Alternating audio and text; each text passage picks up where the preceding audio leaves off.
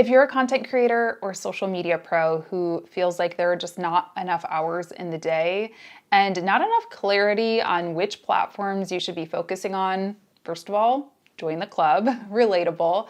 But second of all, I think this video is going to be really helpful to you.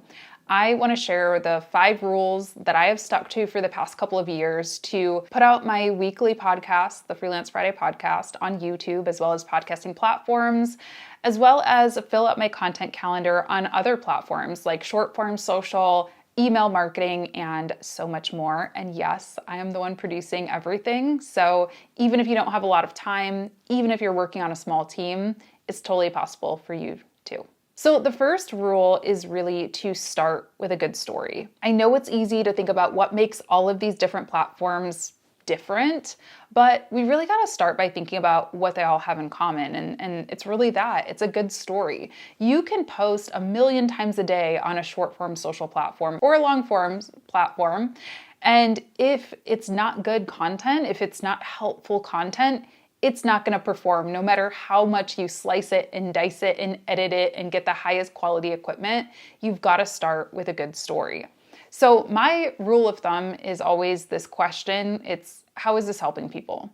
If I get ready to post a video or a podcast and I think, you know what, I was just kind of ranting about my life or something that was going on, that might feel good. That might feel a little bit therapeutic, but I won't post it unless I can turn it around and give some type of a lesson or share some takeaway or share something that helps people or that entertains people or that's relatable to people and so on. So keep that question in the back of your head before you post anything. This doesn't have to be just for podcasts. It can also mean, for your short form videos, for your emails. Make sure that they're not just being promotional or just being self-serving, but that they're actually helping people and that they're following some of the classic elements of storytelling, which include, for example, a rising action, a climax, a falling action, a resolution. Now, with that said, my next tip is not to condense your feelings, your thoughts, and by that I mean start long form.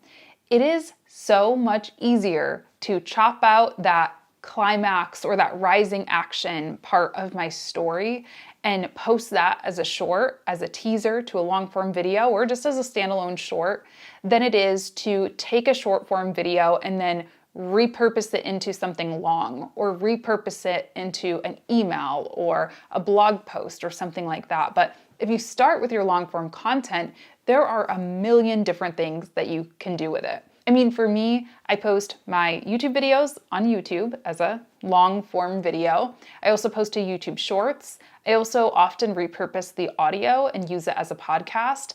And then I take clips from it and post on TikTok, on Instagram, on LinkedIn. I transcribe the video so that I can get a blog post and a newsletter and post for Threads or X. So there are just so many different content types right there. If I were to start with one of those shorter form platforms or text only platforms, it would require me to really do something extra to get more out of it, meaning I would have to reshoot.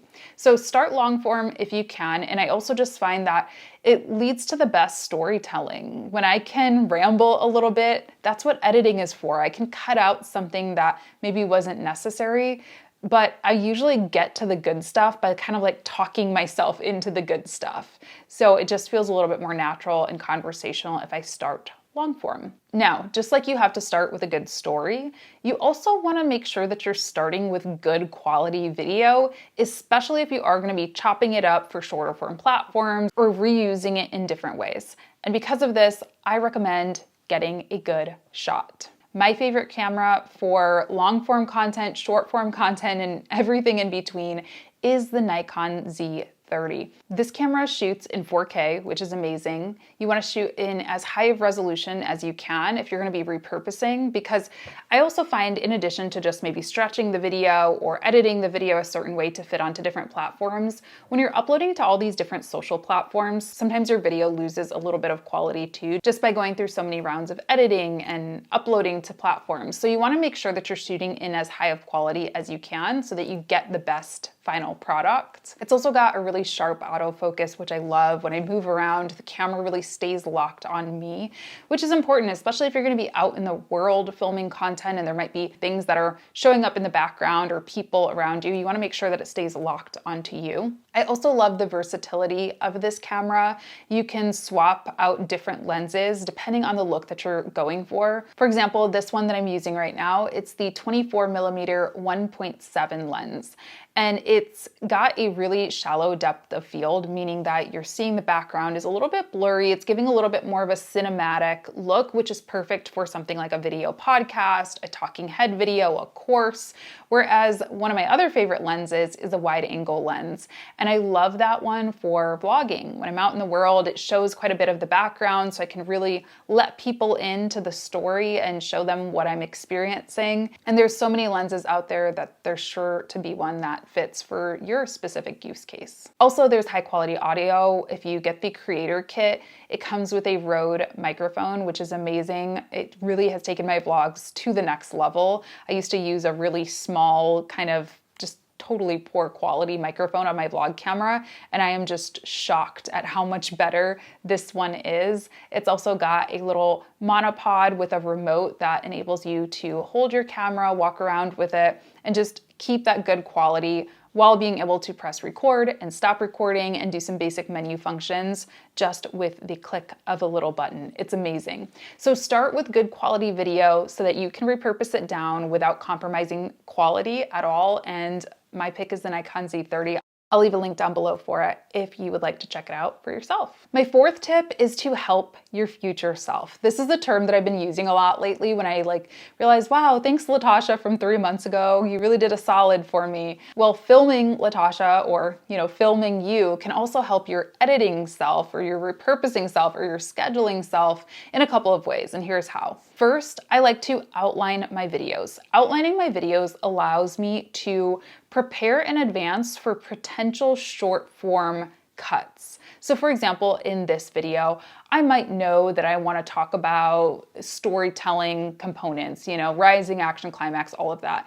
I might know that's probably going to do well on social media. So I'm going to make sure the take that I give of that in my long form video is really good and is actually going to be something that I want to use. If maybe I stumble over my words or mess something up, I might retake that while I'm filming, just so I'm sure I'm able to get that short form video clip. I also will tell you that anything that's a little spicy tends to do well on short form. So by that I mean if I have maybe an opposing viewpoint on something, or if I can reel people in with a number or a stat. By outlining my video, I'm gonna know, hey, make sure to research the number of content creators there are in the world currently so that you can talk about that stat and illustrate how you can really stand out among a sea of content creators or something like that, right? You can gather that information in advance so that you are creating content for both short form and long form at once and making sure that you're going to get good takes of it. Now, another thing is to go wide with your shot. So I think it used to be kind of a trend on YouTube to have really zoomed in images for a while. Definitely when I first started YouTube, it was all you saw was my head. And I nowadays like to go a little bit wider, meaning that number one, I'm pushing my camera back just a little bit, but also that I am choosing a lens that allows more of my background in.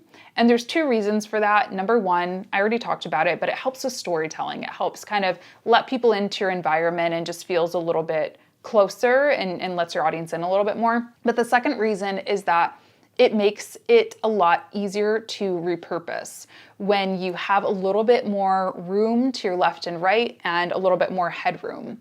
When you repurpose a clip for short form vertical video, you want to try to get your head still kind of in the middle of the frame of the phone, a little bit higher than the middle is usually where it ends up. But if I had no headroom right now, I would not be able to repurpose that very easily. So again, I'm using the 24mm 1.7 lens and I'm able to achieve this shot. But if you needed to go even wider, using that wide angle lens for the Nikon Z30 might be a good option for you as well, just to enable you to cut yourself out. And my last tip for repurposing is to just press publish. just try things out. I know it's a little bit of an overwhelming content world out there. There's so many options, and you're never gonna know what's gonna work unless you just try. So open up an account on a platform that maybe you wouldn't normally post to. If you're already filming the long form video content, you might as well let it work for you. Do some extra work for you by just posting it. Using a scheduling tool definitely helps with this. I use Metricool, and it's nice because you're able to schedule to multiple platforms at the same time. So it really doesn't even end up being extra work at all. Just give it a shot. Email, blog posts, things like that are great things to test out. Give yourself a month and say, I'm going to send out a weekly email that promotes my video and that repurposes the, transcript of the video, and we're just going to see how it goes. So don't be shy, just give it a try. I didn't mean to rhyme there. But anyway, thanks so much for tuning in, and thanks to Nikon for sponsoring today's video. I'm going to leave a link to the Nikon Z30 and the Creator Kit down below. Let me know if you have any questions about repurposing or content creation, and I'll see you in my next one. Bye.